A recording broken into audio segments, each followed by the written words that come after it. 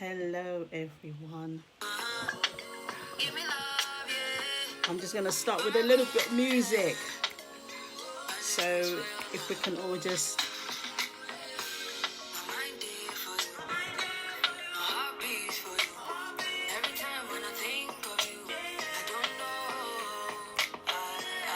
I'm so happy to be on this platform today. So we're gonna rock it. Rock our happiness, right?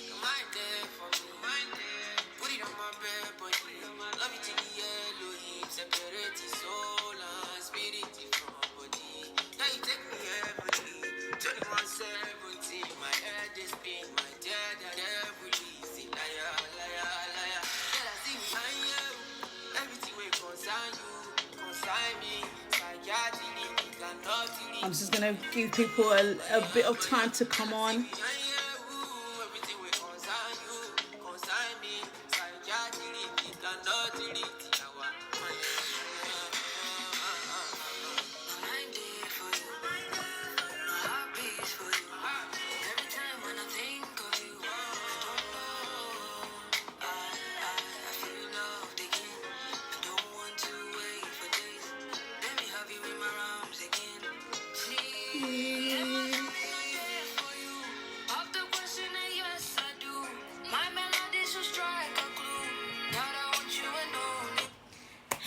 Hello everyone.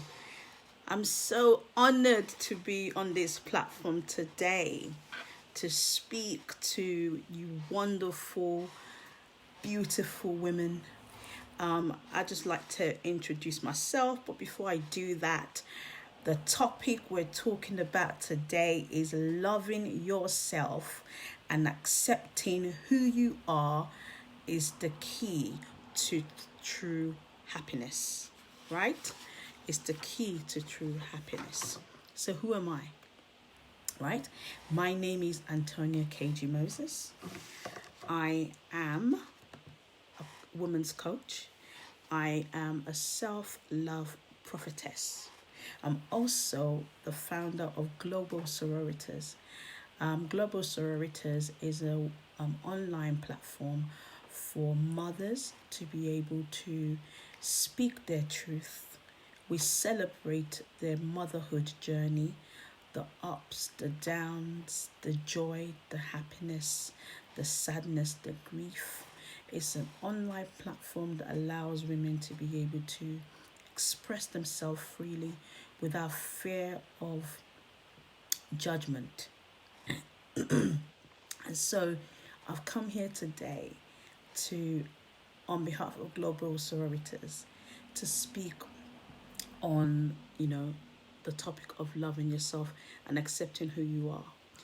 I'm also a founder of a charity, it's a UK registered charity called Balm in Gilead. And Balm in Gilead is a charity that focuses on providing emotional support for parents who have experienced pregnancy loss.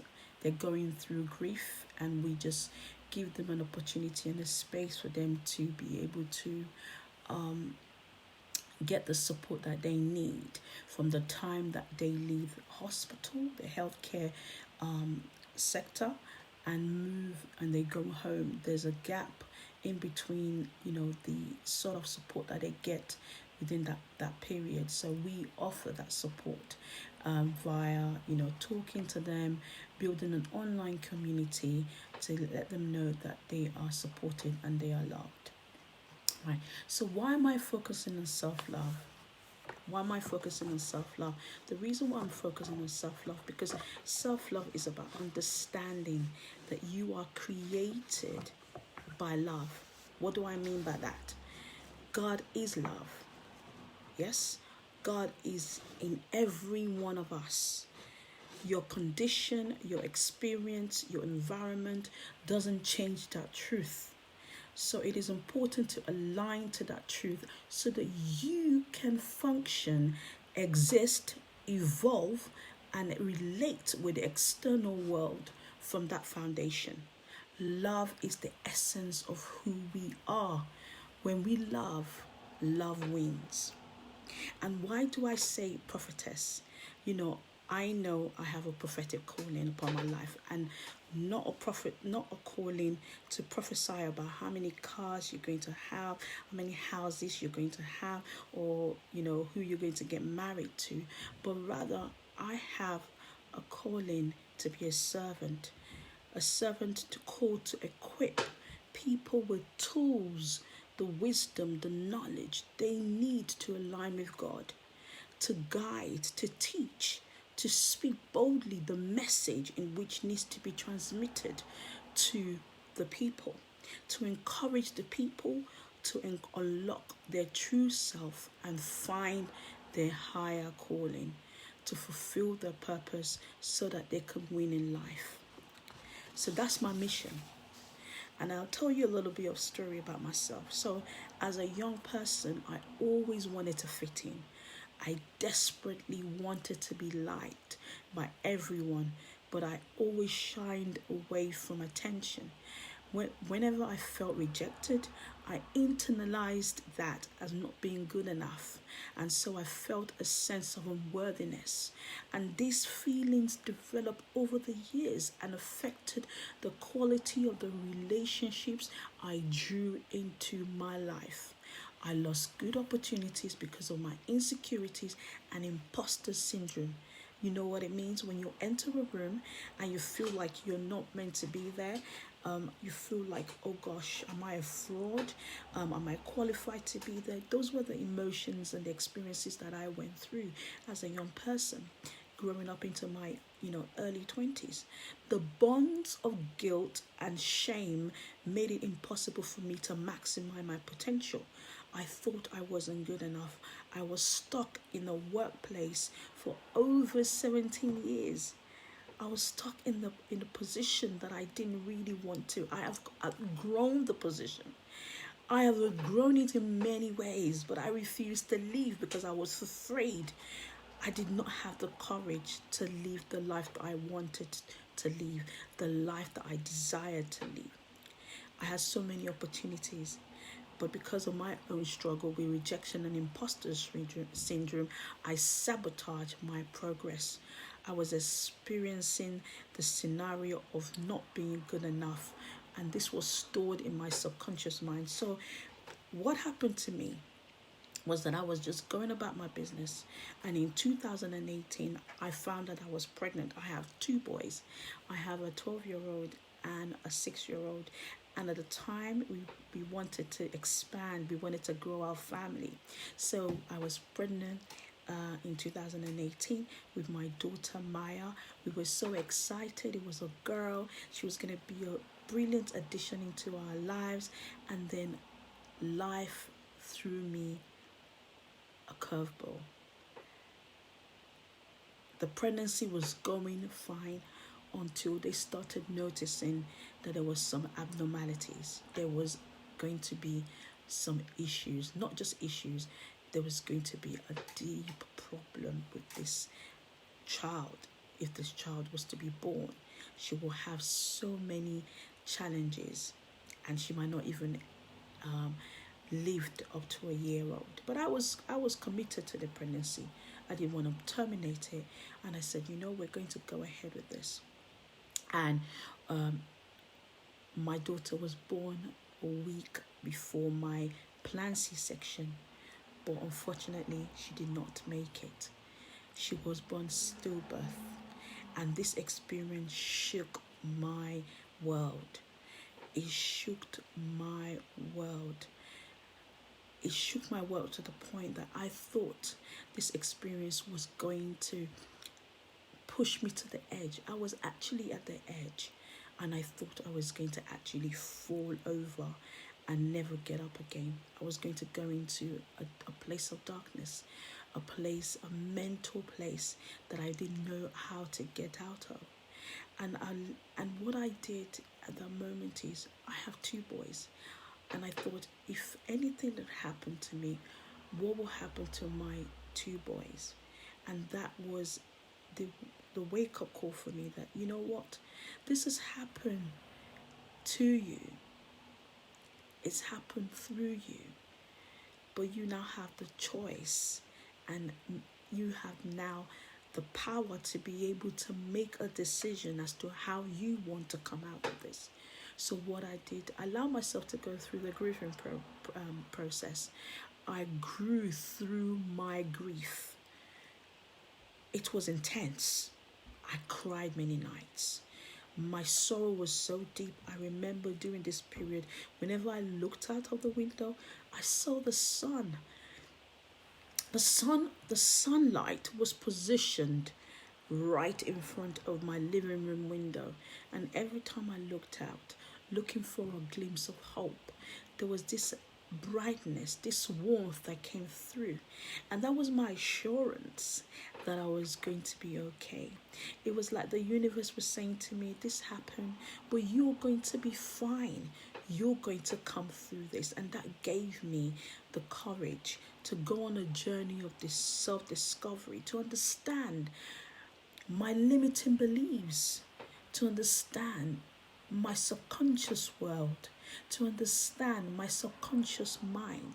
So I went through, I read books from Joseph Murphy, The Power of the Subconscious Spirit, The Miracles of the Spirit, Pray that we find ourselves there. There was many things that I read. There was many journey that I went through, and to gain the tools to be able to be here today speaking to you. If that incident didn't happen in 2018, I guarantee you, I would still be hiding. I would still feel I wasn't good enough. I would still feel a sense of unworthiness. And this helped me to regain my balance. And that is now my mission. I've come full circle. This is a full circle moment. Doing what I'm called to do. This gives me joy and fulfillment. And thank you for inviting me. I am honored. So, how can you love and accept yourself, right? And my message to you is this. Nature is love. You are part of nature, right?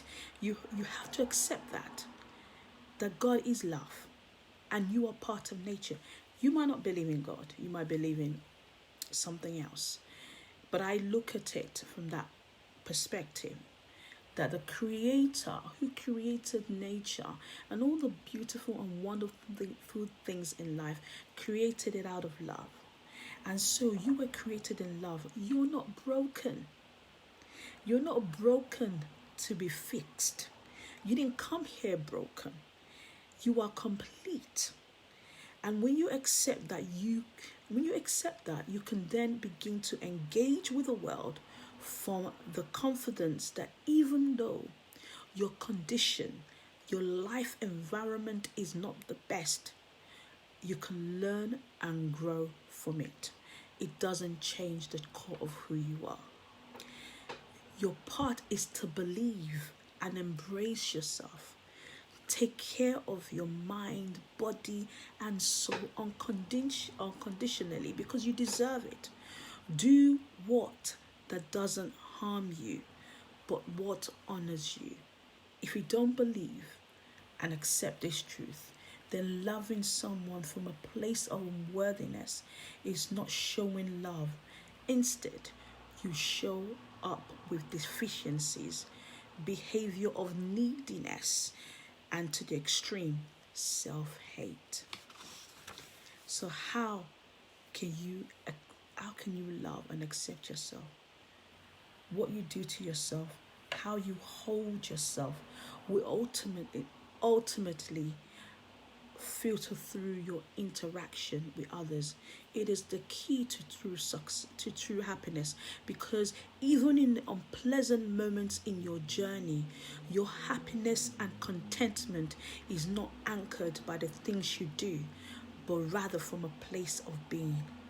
You are who you are regardless, and your soul is content. Everything outside of that belief and awareness is cherry on the cake. Everything you seek happiness from, whenever you seek happiness from the external world, you will fall short. Why?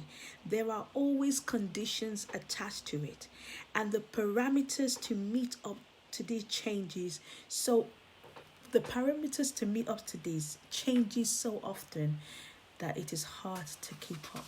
So if you're always looking for the happiness on the outside, you'll continue to run. You'll continue to chase after the car, the house. When you get the house, when you get the car, what is next? When you get into that relationship, what is next?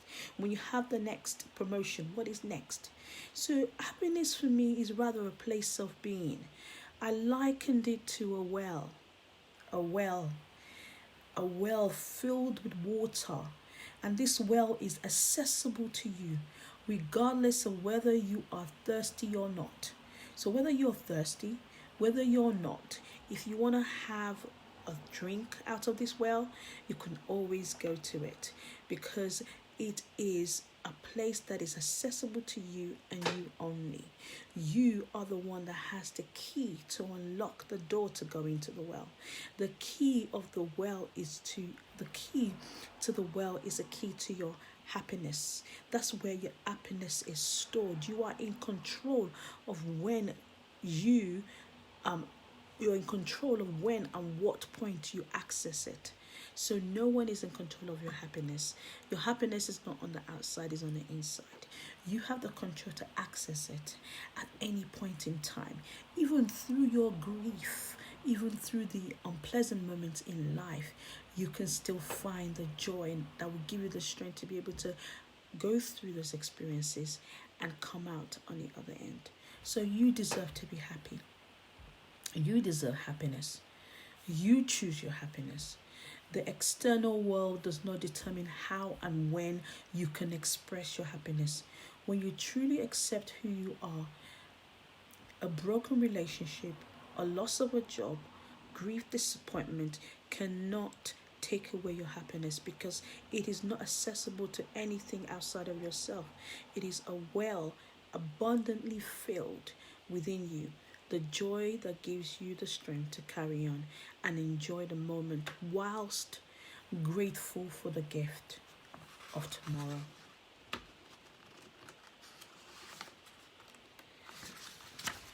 So, how do I look at self-love? How do I see self-love? I see self-love as a result of self-discovery. And some of you will have to go through that journey of trying to reconnect with yourself again. You have to reconnect with who you are. You have to reconnect with who you're meant to be. Not living in the past, but knowing that life is a journey. You are on a journey, and there will be the mountaintop experience and there will be the valley experience. It is your mindset, and it's how you approach it, and that is what gives you the willingness, the courage, the strength to be able to go through it. So self-love is a result of self-worth. You cannot depend on others to give you the value. You have to know that you are valuable, you are worthy. There is no price tag on you. There is no price tag on you. You are complete as you are. Self-love is a result of self-concept. How do you see yourself? How do you speak to yourself? Do you look at yourself in the mirror and think you're not good enough? Do you look at yourself in the mirror and your limiting beliefs begin to kind of play in the back and telling you how, you're not beautiful enough, you're not the right weight, you haven't got the right position, you're not in the right economic bracket, you're not in the right social status, or you don't live in the right area? What messages are you telling yourself? What image do you see when you look at yourself? You need to start to reconnect with yourself and begin to see yourself the way that you are. So self-love is self-assurance. Self-love is self-assertiveness. When you have love for yourself, you don't allow things that dishonor you to take root into your life. You don't allow it to come into your space. And if you have allowed it to come to your space, now you have the strength to be able to say no more and set those boundaries right? So self-love is self-affirm. Self-love is manifested in self-forgiving. Are there things that you have done in your past that you haven't forgiven yourself? Are you still holding on to that shame? Are you still holding on to that guilt? Are you still holding on to those things that has, you said, oh, I've done this. I don't know if I'm going to be worthy enough of forgiveness. Today's the day to forgive yourself. Let it go. Forgive yourself. You are already forgiven. And so that is my message to you today. That is my message to you today. So what I do is I have a coaching program, a 4-week coaching program, which is to help career moms who are in their mid-40s overcome their fear of rejection and self-sabotaging behaviors by building the resilience to experience true self-love and walk in their freedom. So I run the Selflove Academy. It's an academy where you overcome the fear of rejection and you become the self-love goddess that you are. So I use the 4 pillars of unconditional self-acceptance. The acronym is SOAR. Soar because you're an eagle. Soar because you can rise above the circumstances. You can rise above your situation.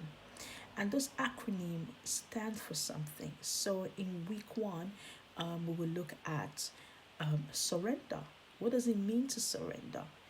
We will explore the blocks that is stopping you from fully embracing who you are. And then there's the second acronym, which is open your heart to love you. You have to open your heart to love yourself again, to fall in love with you, to embrace you, to show yourself kindness, to show yourself self-love, to do the things that honor you. So we will be looking at how to open your heart to love you. And we will use the FLY approach, which stands for first, love yourself, right? So you learn to naturally and effortlessly love and appreciate yourself using the FLY approach. The next stage is actualizing your plan, dreams, and goals. Right? So in this session, we will look at creating your vision board that represents your soul's desire, that represent the life that you desire.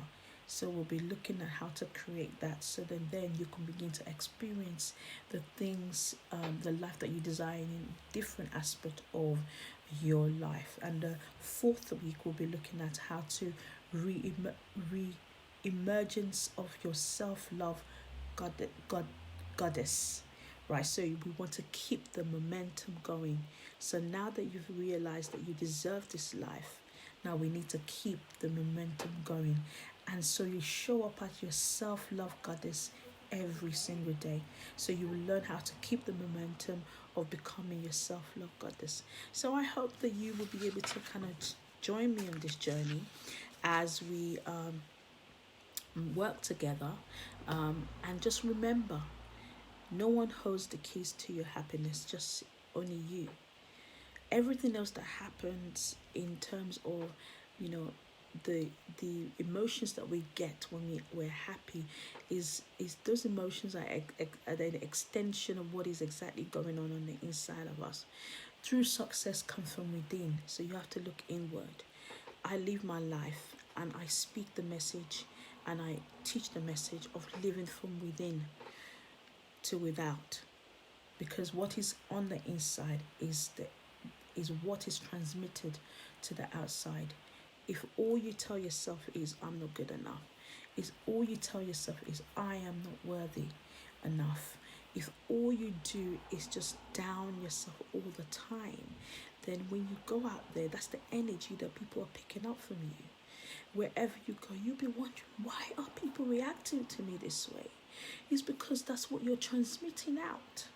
So you need to reframe your story. You need to tell yourself the story of self-love, the story of falling in love with yourself. So when you go out there, what you're then transmitting out is assertiveness, It is boldness. It is I am here. I am here. I am beautiful. I deserve love. I deserve to be celebrated. I celebrate myself. You see, I do things for myself that I expect others to do for me. So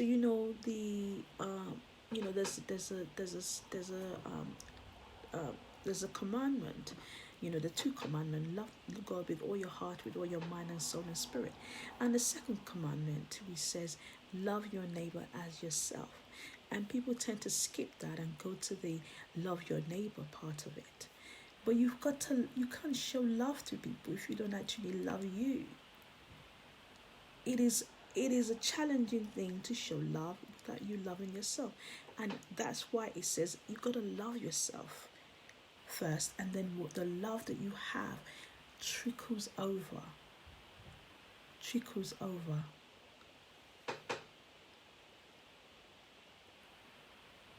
trickles over, and it then begins to overflow. And that overflow is what other people begin to experience. So lastly, I'm going to leave this message with you. Live life on your own terms. Live life on your own terms. And I have been meditating and actually listening to I'm actually listening to Frank Sinatra. I did it my way. So at the end of the day, when you're finished and you're done and your job is done here, you want to be able to look and say, I did it my way. I did it my way. So I'm going to play this song for a moment, whilst we all kind of sit down and just think and just meditate and just reflect on what you need to do going forward. From now on, what you need to do. And so I'm going to play the song because it really speaks to the truth of what I speak about. That you're actually here, right? You're here for a reason. You are here for a reason. And you need to find out what that purpose is and fully live in that purpose. Don't be afraid to live in that purpose. Fear is just an illusion, right? It's an illusion. Because what you fear, right, it cannot stop you from actually doing what you need to do if you truly believe that you were called to do it. And so, yes, live life on your own terms. Now, we're going to listen to this song, and then I will end the live. Thank you so much for everyone. Thank you, Atanaska, Leah, actually, for inviting me. It's been an honor.